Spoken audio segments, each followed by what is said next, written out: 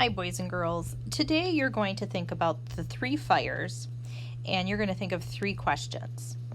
All right, it says, what were some ways the people of the three fires used their environment? What are some ways the people of the three fires adapted to their environment? And what were some ways that the people of the three fires changed their environment? All right, so boys and girls, that is kind of like a compare and contrast. You want to think of the three tribes as a whole. What are ways that they used their environment? What are ways that they adapted to their environment? And what are some ways they changed their environment? Now, I'm going to show you some notes really quick. I want you to use your notes. If you need to refresh your memory, I have provided all three readings for you in the attachments.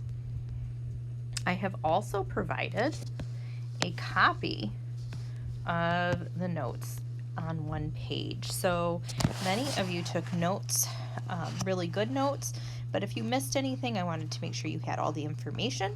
So I'm giving you the notes to look over. Where did they live? What were their houses like? What did they eat? What was special about them? And what did they make? You're going to have to take this information and you're going to have to make an inference, okay? Remember, an inference is coming up with your own conclusion based on text evidence. And you're going to answer those questions. You're going to answer what were some ways the people of the three fires used their environment. What were some ways the people of the three fires adapted to their environment?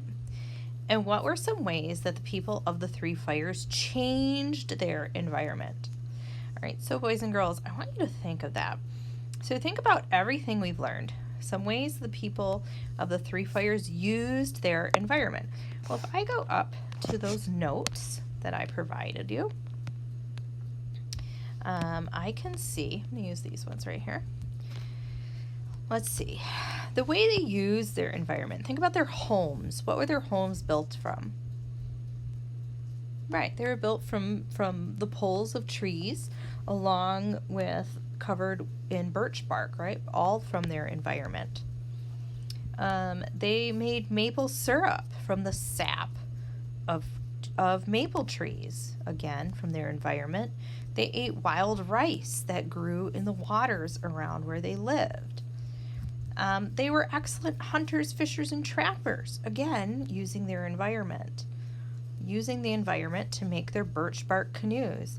And they even used their environment in the things they made, like baskets and boxes and quill embroidery. So think about it. There's a lot that they used for their environment. Okay? The next thing, what are some ways that the people of the three fires adapted to their environment? Adapted. So think about it. Animals adapt to survive, right? Animals, let's see, the Arctic fox adapts with fur when it's cold. The fur is white, right, to camouflage. Obviously, the Native Americans don't have fur. They're not physically adapting. Their hair is not changing color. However, they are adapting to their environment. Think about the environment of Michigan out in nature. We are very warm in the summertime and we are very cold in the wintertime. What are some things that they did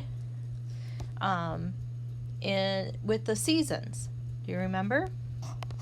Well, if we go way back, let's see. If we go back to, I'm going to go back to that one slideshow that we talked about on day one. Remember? So look at that. Let's go down. All right. So they use the forests and the lakes and the rivers, right? And they use the geography with the waterways and the landforms and the climate, and it impacted their culture. Remember, the geography impacted their food, their clothing, their homes, their knowledge, and their transportation. So think about that. How could the geography where we live impact their culture? That's how they adapted.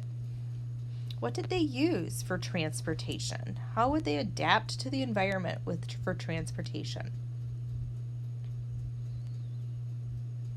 Right, they used canoes to go up and down those waterways, right?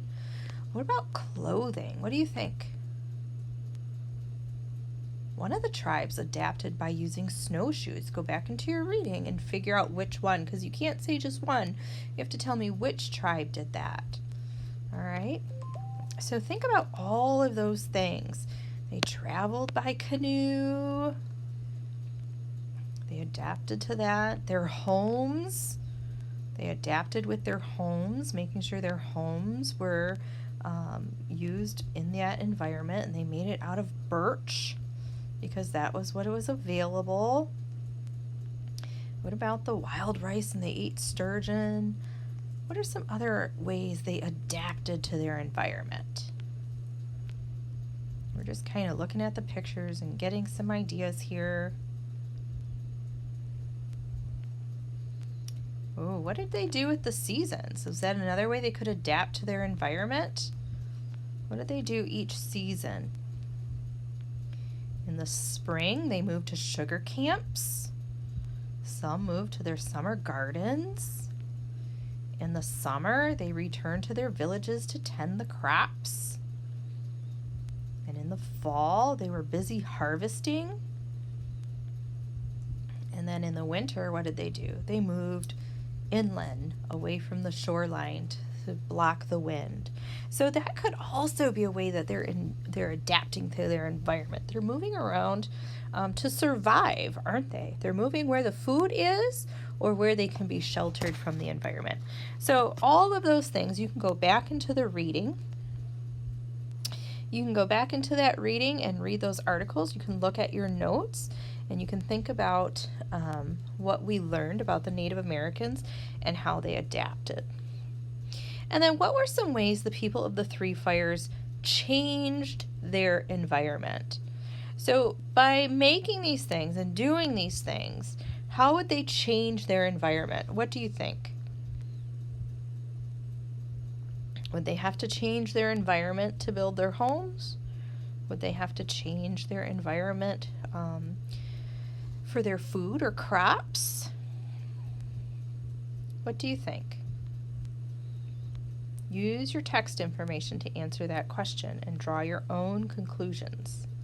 All right, so these squares are pretty big. You should have a few sentences in there to answer each question with text evidence and information, and you should be very specific about which tribe or tribes you are talking about when you answer these questions. All right, boys and girls, make sure that your questions are in complete sentences and you have good answers with text evidence, and you can get that back to your teacher today through school.